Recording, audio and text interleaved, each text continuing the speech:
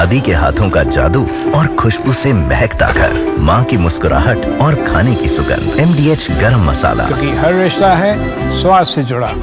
और भारत के शूरवीरों ने सिर्फ 4 दिन के अंदर पाकिस्तान के आतंकी मंसूबे ढेर कर दिए। वो सीज फायर के लिए गिड़गिड़ाने लगा। शायद उसे मालूम था कि अगर घुटने नहीं टेके तो ऑपरेशन सिंदूर उसके ताबूत में आखिरी कील ठोक देगा। भारत के ऑपरेशन सिंदूर से पाकिस्तान अब तक कांप रहा है। जनरल मुनीर सोच रहा था कि पहलगाम का प्रतिशोध लेने के लिए इंडियन आर्मी POK में कोई छोटा मोटा ऑपरेशन करके लौट जाएगी, लेकिन उसके अक्षम्य अपराध की सजा देने के लिए भारतीय सेना ने पूरे पाकिस्तान को ही ICU में पहुंचा दिया। इसके बाद धीरे धीरे पाकिस्तान की पल्स रेट गिर गई और BP हाई हो गया, कलेजा बैठ गया, पैर कांपने लगे।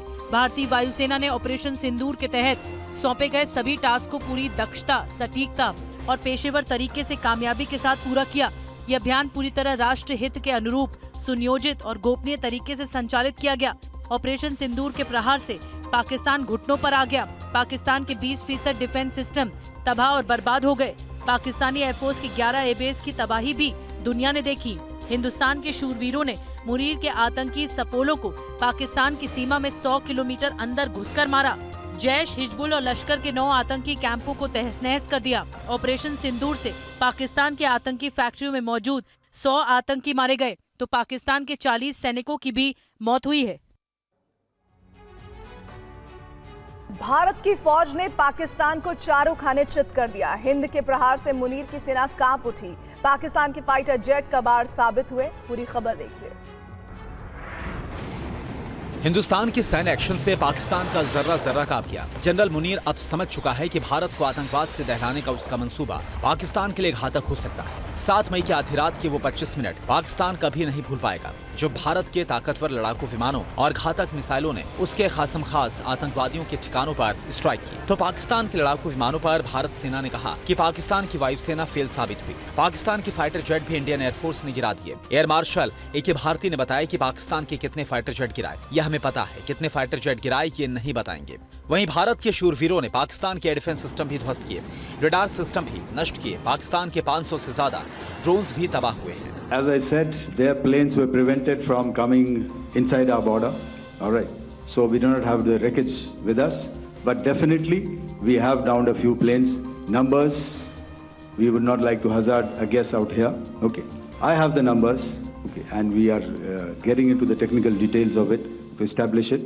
So I would not like to put a figure at this time, but definitely there are losses from their side which we have inflicted.